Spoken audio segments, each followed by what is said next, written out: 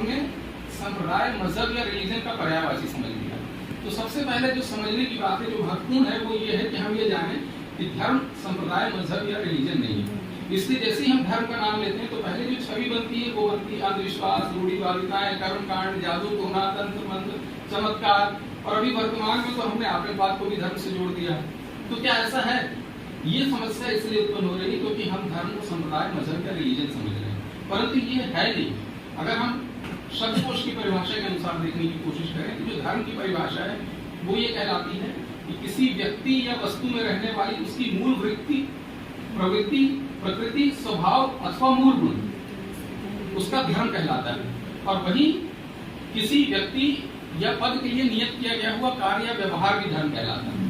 परंतु यदि हम विज्ञान की परिभाषा देखते हैं शब्दकोशों से, तो शब्दकोश कहते हैं कि किसी भी विषय का क्रमबद्ध और विवेचित ज्ञान जिसे प्रमाणित भी किया जा सके वो विज्ञान कहलाता है।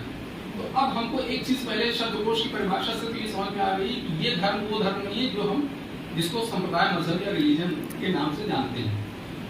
एक बहुत महत्वपूर्ण उदाहरण से मैं आपको बताना चाहता हूँ। श्रीमद् भगवद गीता आप लोगों ने समय पढ़ी होगी, उसका एक बड़ा प्रसिद्ध श्लोक है जिसमें भगवान श्री कृष्ण कहते हैं सर्व धर्मान परित्यज्य माम एकम शरणं व्रज। ये श्लोक प्रसिद्ध श्लोक है, आप लोगों ने अवश्य सुना होगा।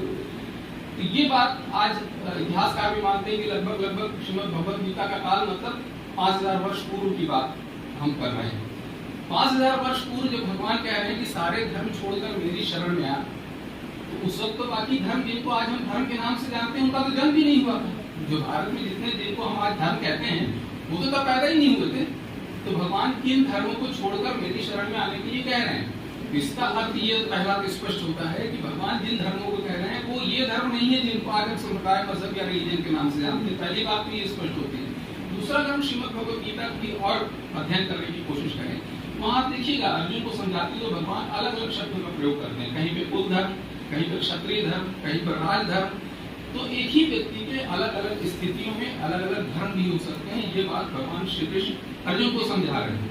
इसको एक साधारण उदाहरण से समझ। 2023 को विज्ञान परिषद प्रयाग में डॉक्टर रामदास तिवारी स्मृति व्याख्यान माला का आयोजन किया गया। डॉक्टर पीयूष श्रीवास्तव ने धर्म और विज्ञान। तो समस्या इसलिए उत्पन्न होती है कि मैं एक चिकित्सक हूँ,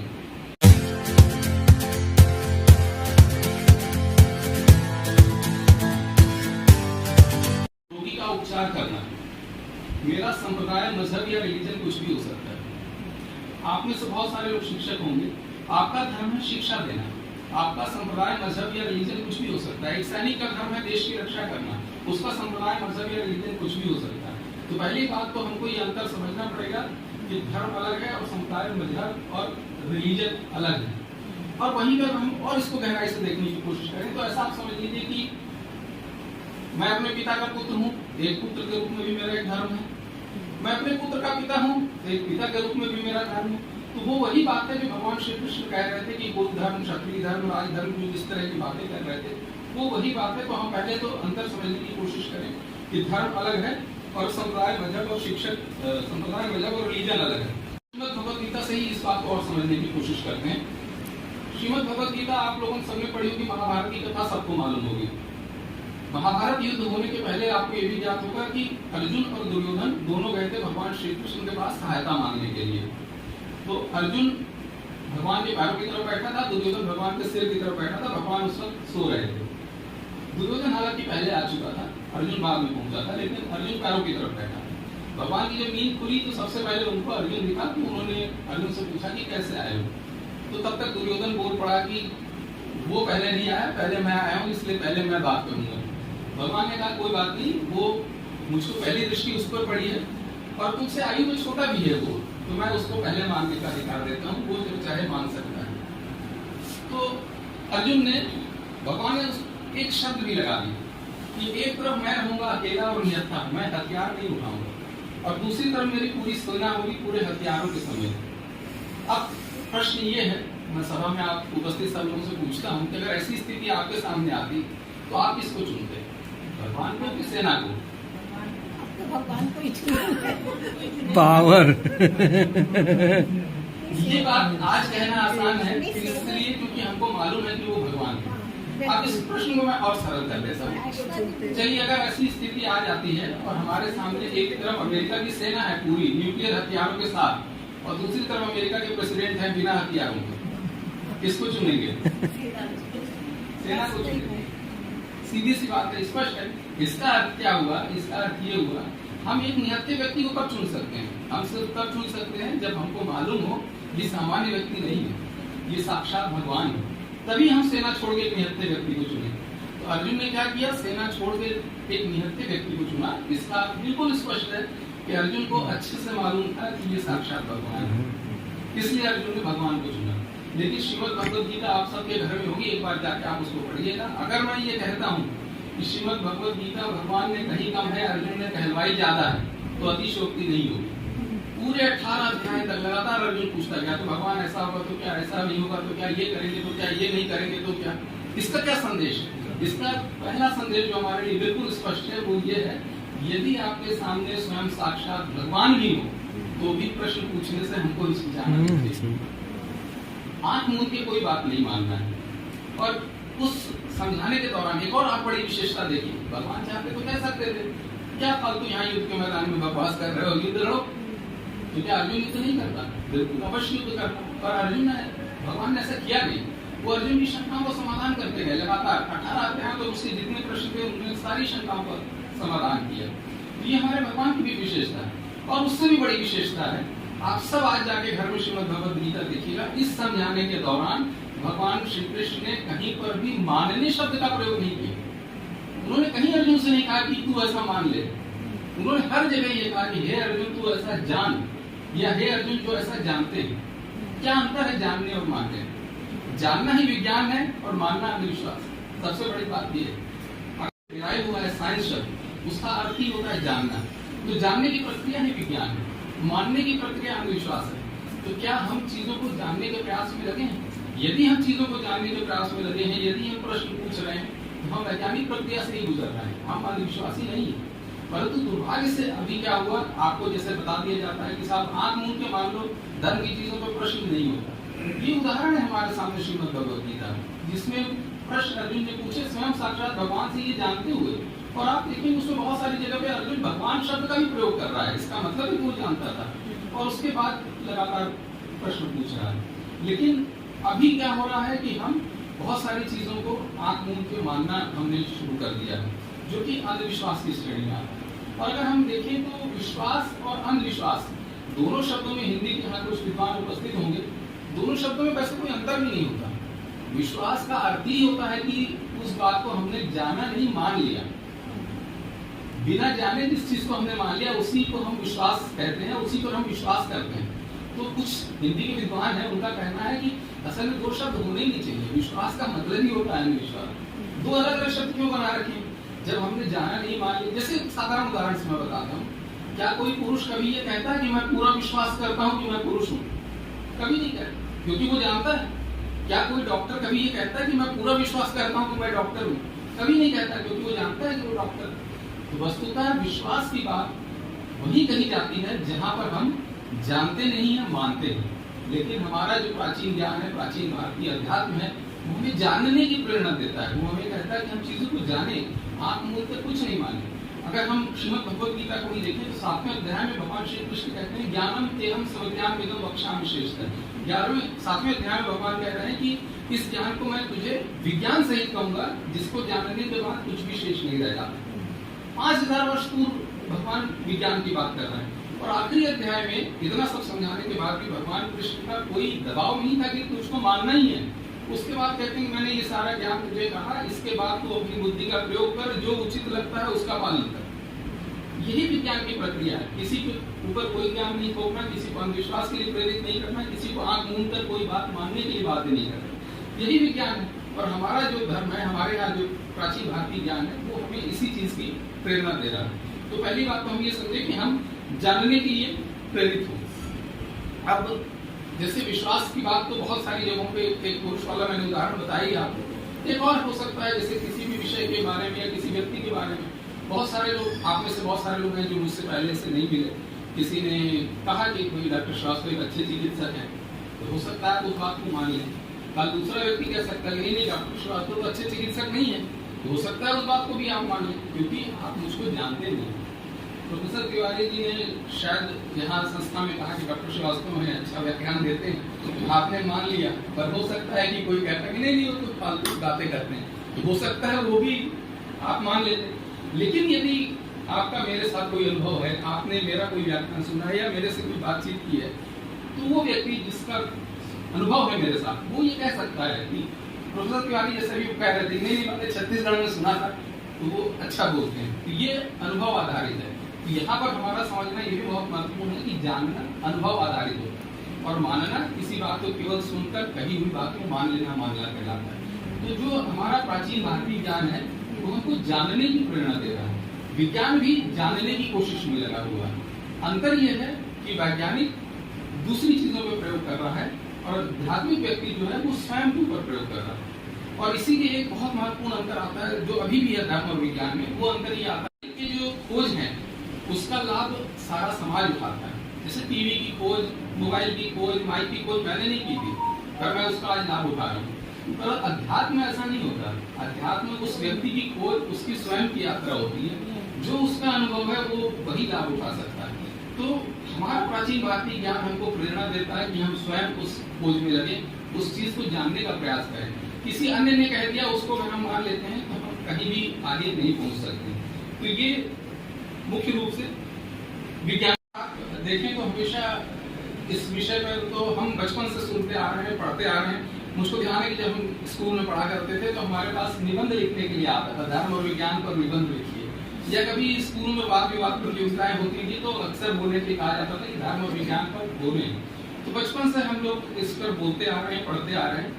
लेकिन आज जब इस कार्यक्रम के लिए यह विषय रखा गया और या हम लोग यहाँ एकत्र हुए, तो अधिकतर जगहों पे जब मैं जाता हूँ तो सबसे पहले जो सबके मन में सामान्य एक प्रश्न आता है कि इसमें नया क्या है, ऐसी कौन सी बात हो जाएगी, ऐसी क्या नई बात बता दी जाएगी जो हम नहीं जानते हैं या जो हमने पहले पढ़ी नहीं हो या सोची नहीं हो या सुनी नहीं हो।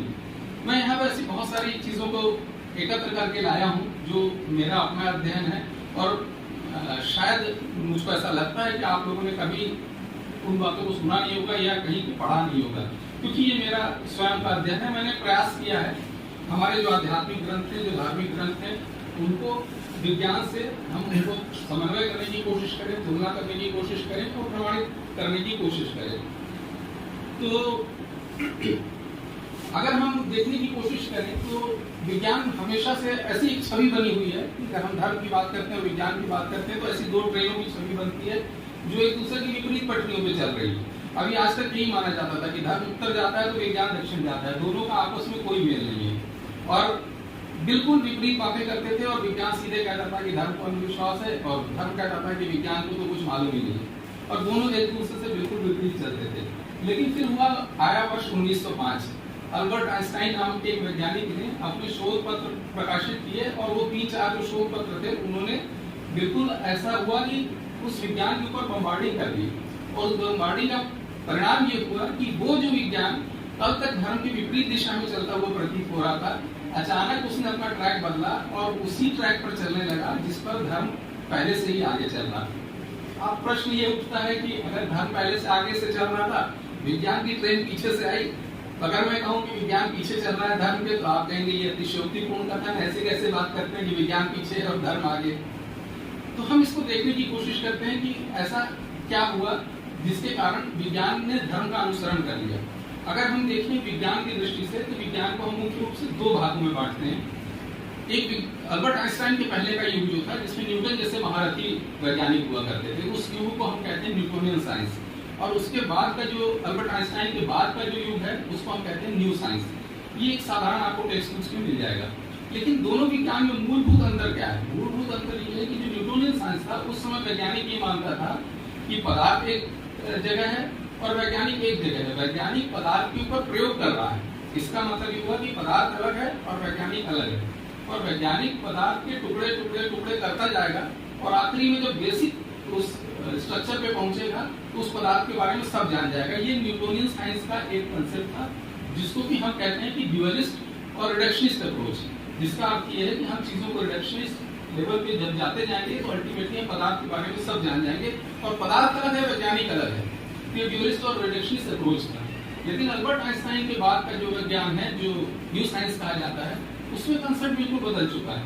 अब विज्ञान किसी को अलग अलग नहीं मानता। इस सृष्टि में जो कुछ है सब कुछ आपस में जुड़ा हुआ है, इंटरकनेक्टेड है, सब कुछ एक ही है। और इसलिए अभी का जो विज्ञान है वो मोनिस्ट और होलिस्ट हो चुका है, जो कि हमारे यहाँ प्राचीन भारतीय अध्यात्म की मूल अवधारणा है, जिसे हम अद्वैतवाद के नाम से जानते हैं, अद्वैतवाद की हम बात करते हैं। तो हम अभी आगे देखेंगे कि हम अद्वैतवाद और मोनिस्ट और होलिस्ट किस तरीके से एक ही बातें हैं। धर्म और विज्ञान पर बहस तब से जारी है जब से आधुनिक विज्ञान की खोज हुई या आधुनिक विज्ञान ने विकास करना शुरू किया, तभी से इस विषय पर बहस चलती आ रही है। मैं भी काफी वर्षों से इस विषय पर अध्ययन कर रहा हूँ। लगभग पिछले 40 वर्षों से ज्यादा का तो मेरा अध्ययन है इस विषय पर, और पिछले लगभग 30 वर्षों से ज्यादा समय से मैं इस विषय पर कई जगहों पर अपने विचार व्यक्त कर रहा हूँ। लेकिन आज मेरे लिए भी यह अत्यंत हर्ष का विषय है कि इस संगम नगरी पर मुझे यह विचार व्यक्त करने का अवसर प्राप्त हुआ है। संगम नगरी पर विचार व्यक्त करने का अवसर प्राप्त हुआ, वो महत्वपूर्ण इसलिए है, ऋग्वेद में एक मंत्र आता है जो ये कहता है कि जहाँ दो पवित्र नदियों का संगम होता है, वहाँ स्नान करने से, वहाँ डुबकी लगाने से स्वर्ग की प्राप्ति होती है। तो मैं आप सब लोगों से कहता हूँ कि आज दो ऐसी धाराओं का संगम मैं कराने का प्रयास करूंगा, धर्म और विज्ञान।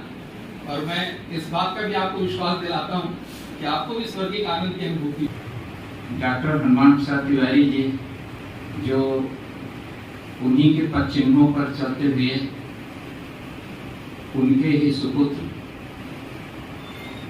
और उनकी ही तरह के विद्वान इलाहाबाद यूनिवर्सिटी में कुछ दिन तक वाइस चांसलर रह चुके अंतरराष्ट्रीय स्तर के वैज्ञानिक प्रोफेसर हनुमान प्रसाद तिवारी जी को मैं यहाँ पर उनका स्वागत करता हूँ और प्रणाम अर्पित करता हूँ।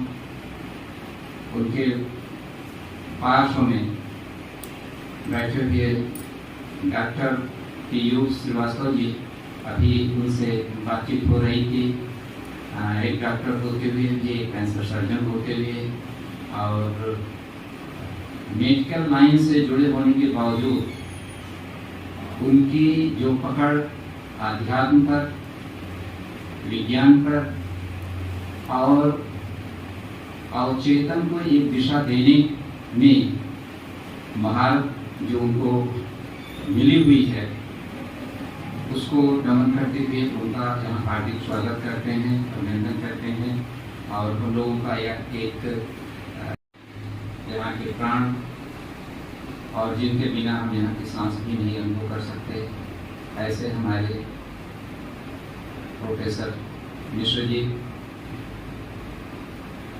जो यहाँ के कहे जाते हैं कि सचिव हैं, सचिव नहीं हैं, वो सजीव विज्ञान परिषद हैं, उनको प्रणाम करते हैं और उनका भी उनके मंच पर उन्हीं के कार्यक्रम में स्वागत करने की दृष्टता करते हैं।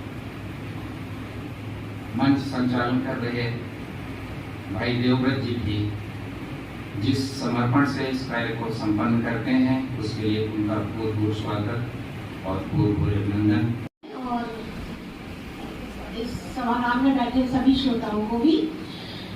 डॉक्टर पीयूष श्रीवास्तव जी कई आयामों में अभिव्यक्त होते हैं। वो अभी थोड़ी देर मुझसे बात की, उनका परिचय जाना, उनसे कुछ व्यक्तिगत प्रश्न भी पूछे, तो उसी के आधार पर ये परिचय आपके सामने है कि कई आयाम हैं आपके। पहला आयाम तो यही है कि स्वास्थ्य और कल्याण के लिए 30 वर्षों से अधिक आप अपनी सेवाएं अर्पित कर चुके हैं एक सर्जन के रूप में। दूसरा आयाम यह है कि आपकी कलम में बड़ा दम है। आपने अनंत यात्रा जैसे गूढ़ विषय पर पुस्तक का सृजन किया है। आपका तीसरा आयाम है कि आप मोटिवेशनल स्पीकर हैं, और हम सब जानते हैं कि मोटिवेशन वही दे पाएगा जो स्वयं मोटिवेटेड होगा। जैसे शांत व्यक्ति दूसरे अशांत व्यक्ति को शांत कर पाता है, स्वयं तैरना जानने वाला डूबते को बचाता है, वही खुशियाँ बांट पाता है, जो खुशियों से भरा हुआ हो वही प्रेम छलका पाएगा, जो स्वयं प्रेम से पूरी तरह से लबरेज हो।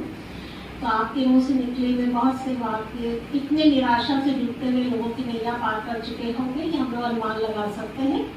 चौथा आयाम ये कि आप आधुनिक विज्ञान और प्राचीन ज्ञान जैसे योग और आध्यात्मिकता दोनों का संगम करते हुए एक दूसरे की सहायता से उसे प्रमाणित करते हुए चलते हैं, अतः आप अपनी बात लोगों को आसानी से समझा पाते हैं।